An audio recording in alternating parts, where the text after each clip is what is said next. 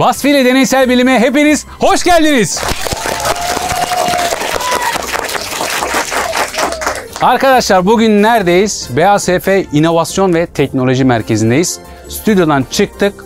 Oldukça keyifli bir yerdeyiz. Bugün burada harika deneyler yapacağız. Oldukça teknolojik bir binadayız. 3500 metrekarelik alana yayılmış yeşil bir binadayız. Çevre dostu bir binadayız. Bugün minik arkadaşlarım da benimle beraberler.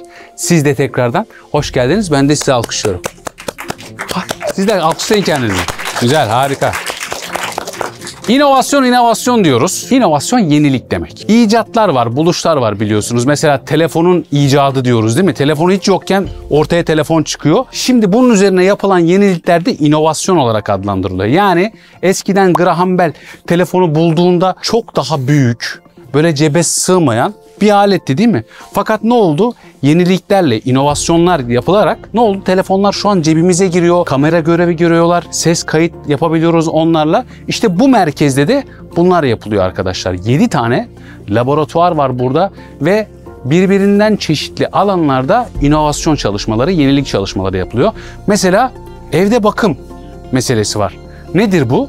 Evde bakım laboratuvarında çamaşır makineleri renklilerle mesela beyazları ayrı ayrı atarlar değil mi? Neden? Çünkü renkler birbirine karışmasın diye. İşte bunlar mesela daha nasıl birbirine az karışır ya da daha az çamaşır deterjanıyla daha az suyla nasıl daha çok çamaşır yıkayabilir? Mesela bu gelişmeler yapılıyor burada. Onun dışında bebek bakım laboratuvarı var. Bebeklerin cildi biliyorsunuz çok hassas. Bu hassas ciltler için ne oluyor? Oraya kremler sürülüyor, güneş kremleri sürülüyor. İşte gözleri yakmayan şampuanlar yapılıyor değil mi? Bunların mesela geliştirilme süreci var. Onun dışında araba boya laboratuvarı var. Nasıl mesela bir araba tekrar boyanacakken gidiyor bu merkeze aynı renkte, aynı rengi bulmak için ne yapıyorlar? Burada çalışmalar yapıyorlar ve aynı renkte arabayı tekrardan boyayabiliyorlar. Bunun gibi inovasyon yani yenilik çalışmaları yapılıyor. O yüzden çok kıymetli bir yer burası.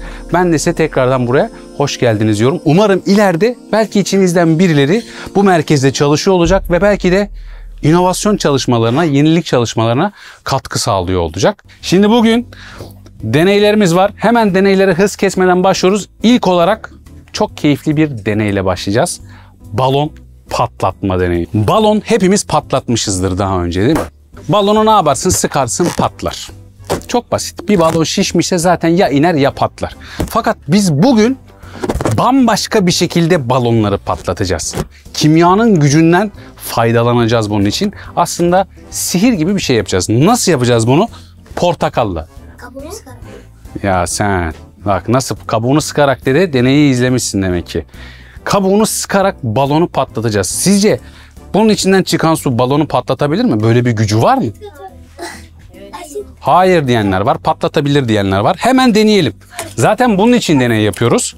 Şöyle hemen basitçe buradan bir portakal kabuğu alacağım şimdi. Şöyle tehlikeli olmayacak şekilde. Şimdi aslında deniyoruz. Bakalım olacak mı? Şöyle balonu elime alıyorum. Portakalın kabuğu böyle gözümüze kaçtığı zaman böyle bir yakar değil mi? Bakalım balona nasıl bir etki ediyor onu göreceğiz.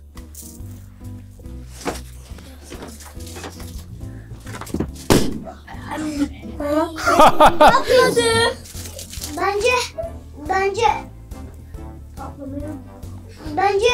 Bence tam portakal suyu gelmemişti. Tam portakal gelmedi. Tam gelmedi derken geldi. Arkadaşlar böyle portakal sıktığımız zaman ellerimiz bir yapış yapış olur. Tabii bu içindeki şekerden kaynaklı ama bunun içerisinde limonen denen bir madde var. Ve bu madde aslında balonun dış yapısını. Balon plastik arkadaşlar. Ve dolayısıyla bu plastiklerin de böyle birbirini tutan aslında yapılar gibi düşünebilirsiniz plastikleri. Bu limonen bunların arasına geldiği zaman hop açıyor ve ne oluyor? Balonumuz patlıyor. Dolayısıyla illa da kaba kuvvete gerek yok. Bunu böyle biraz belki limon da sıkarak yapabilirsiniz. İşte turunçgillerin hepsini sıkarak yapabilirsiniz. Şimdi hemen hız kesmeden bir sonraki deneyime geçiyorum. Bakalım bir sonraki deneyimiz neymiş? Şimdi arkadaşlar şöyle bir deney yapacağız. Bakın bayağı sihir gibi bir şey. Bunu siz evde yapabilirsiniz. Bildiğimiz bir balon. Ben bu balonu pet şişenin içerisine koyuyorum. Bildiğimiz bir... Ben de pipetin içine koyacağını diyordum ki. Sen var ya. Şimdi bunu bakın şöyle ağzı açık olacak şekilde yerleştiriyorum. Onunla mı deneyelim? Tamam. Balon değiştiriyoruz hemen. Bu balonla deneyeceğiz. O balonun ağzı biraz dar geldi. Şimdi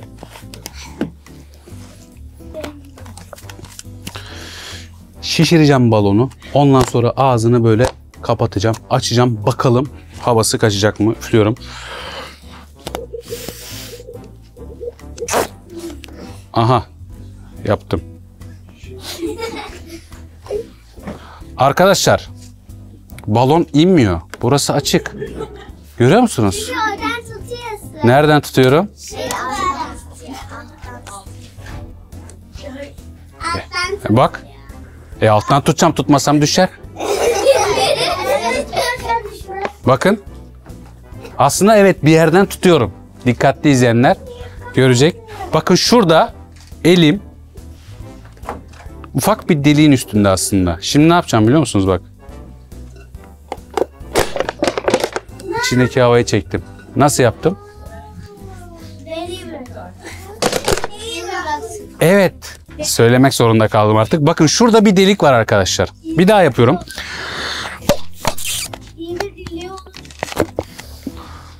Aslında siz fark etmeden orayı tutuyorum.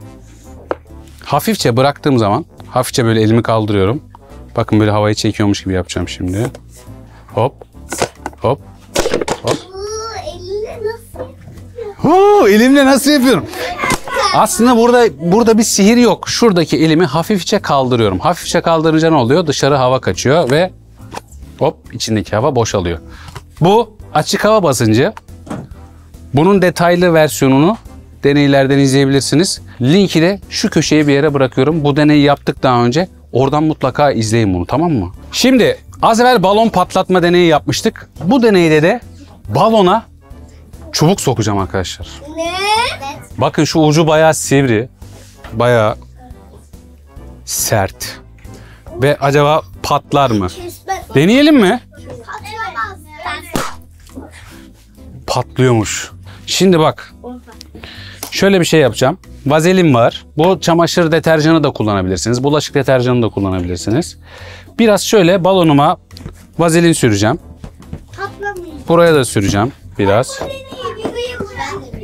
Şimdi gözlüğümü takmam lazım arkadaşlar. Deneyi yapmadan önce tekrardan gözlüğümü takıyorum. Bakın şimdi. Bu çubuğu balona sokacağım. Az evvel birkaç tane patlattım. Acaba bu patlayacak mı? Patlayacak. Patlayacak.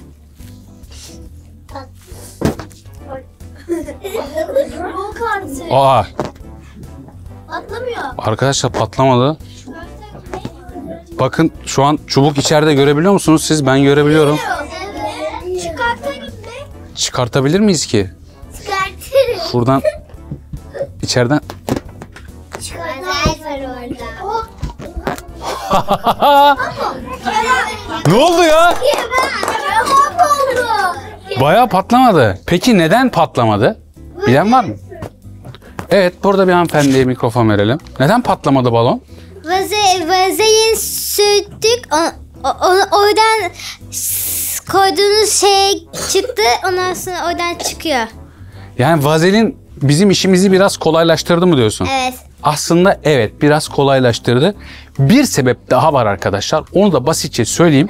Şimdi balonun aslında en sağlam iki yerine biz bu çubuğu sapladık. Yani en aşağısı ve en yukarısı. Burada şimdi size şuradan göstereyim. Bakın. Şu balon daha iyi sanki ya. Bakın şurada bir nokta var, gördünüz mü? Şurada da bir nokta var, Evet. üst taraf. Buralar aslında balonun en sağlam yerleri. Çünkü bu balon şiştikçe böyle saç telleri gibi düşünün arkadaşlar. Veya dünyayı hayal edin. Dünyada böyle hani çizgiler var ya, paraleller var ya. Onların en sık bir araya geldiği noktalar aslında kutup noktaları. Ve bu noktalar oldukça sıkı. Saç telleri gibi düşünün bunları. Bu noktalar çok sıkı. Bu noktalardan doğru bir şekilde yavaşça bu sivri ucu soktuğumuz zaman patlamıyor. Fakat yanlar yukarılara göre daha zayıf. Dolayısıyla yandan batırınca patlıyor. Fakat böyle yaptığımız zaman patlamamış oluyor. Siz de bu deneyi evde yapabilirsiniz. Devam ediyorum. Şimdi yine çok keyifli bir deney var. Sürtünme kuvvetini bilen var mı? Şuradaki hanımefendiye mikrofon verebilir miyiz? Merhabalar. Merhaba. Nedir sürtünme kuvveti? Sürtünme kuvveti mesela Tam tanım yapmana gerek yok aslında. Yani ne ifade ediyor? yani bir yöne doğru giden madde. Bir yere doğru giden maddeye aslında etki eden başka bir Etki kuvvet gibi eden düşünebiliriz. kuvveti. Mesela yürümek arkadaşlar. Yürümek, sürtünme kuvveti eğer olmasaydı biz yürüyemezdik. Ayağımız yürürken aslında bir etkileşime geçiyor yerle ve yerin bize karşı uyguladığı bir sürtünme kuvveti var. Ellerimiz birbirine sürtündüğü zaman bakın zaten sürtünme diyorum. Bu da bir sürtünme kuvveti aslında. Şimdi bununla ilgili bir deney yapacağım. Ne alaka diyeceksiniz belki ama sonunda anlatacağım ne olduğunu. Bir şişe var. İçinde de böyle mantar bir kapak var. Ben şimdi Evet, bunun tıpası ve bu içine düşmüş.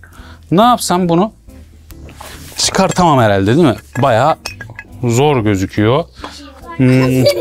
Neyle çıkartabiliriz bunu? Nasıl çıkartacağız diye kendi kendime düşünüyorum. Derken arkadaşım bana diyor ki ya bir tane poşetle bu işi halledebilirsin. Nasıl yapacağım ben bunu? Bakın deneyelim. Sonuçlar deney yapıyoruz değil mi? Poşeti şişenin içerisine sokuyorum.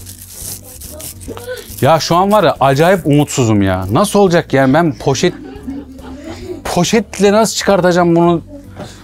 Yani neyse şöyle bir deneyelim. Tıpayı şöyle yönü aşağı olacak şekilde ayarladım.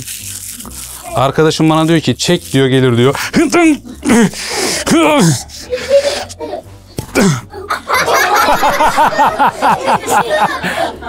Çıktı. Evet. Başardık. Harika. Teşekkür ederim. Arkadaşlar nasıl yaptık ya bunu? İşte nasıl yaptık? Az evvel konuştuğumuz şey. Sürtünme kuvveti. Ne oldu biliyor musunuz? Poşet aslında mantar tıpayla camın arasında bir görev gördü. Bir sürtünme alanı oluşturdu. Ve bu sürtünme alanı öyle bir kuvvetli hale geldi ki gördüğünüz gibi çekince daha fazla dayanamadı ve dışarı çıktı. Ne kadar imkansız gözüken bir şeyi oldukça basit bir şekilde hallettik. Deneyler biraz böyle. Yani eminim bunu daha önce herhalde 1 milyon kere falan denemişlerdir.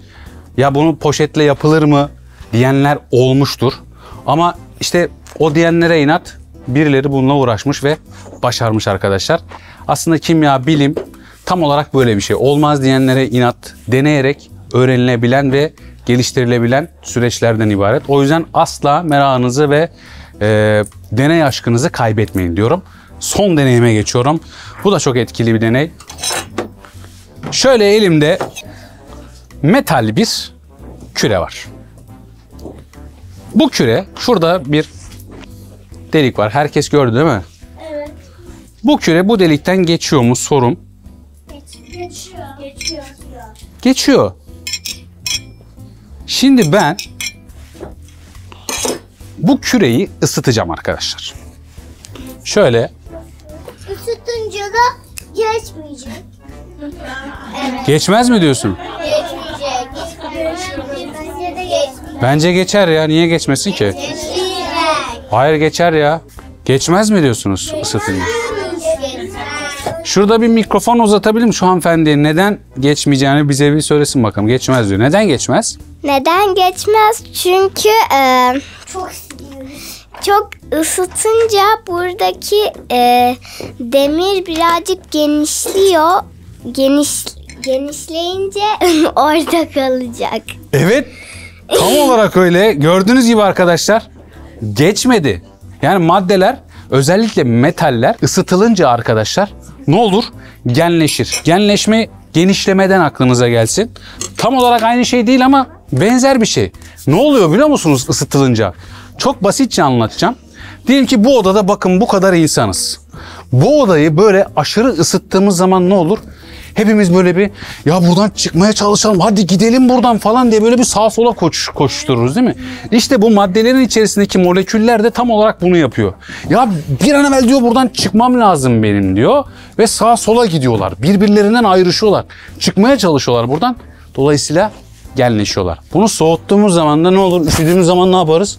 Böyle içimize kapanırız değil mi? İşte o moleküller de böyle küçülüyor. Bu sefer de daralıyorlar. Arkadaşlar bugün neredeydik? İnovasyon merkezi. İnovasyon. BASF İnovasyon ve Teknoloji Merkezi'ndeydik. Burada dediğim gibi bir sürü laboratuvar var. Umarım ileride sizler ve bizleri izleyen sizler belki bir gün burada çalışma fırsatını, burada inovasyon çalışmalarına katılma fırsatını yakalarsınız. Bilime bir ışıkta sizler tutarsınız. Yepyeni bir videoda görüşmek üzere. Bilimle kalın, hoşça kalın diyoruz. Görüşürüz.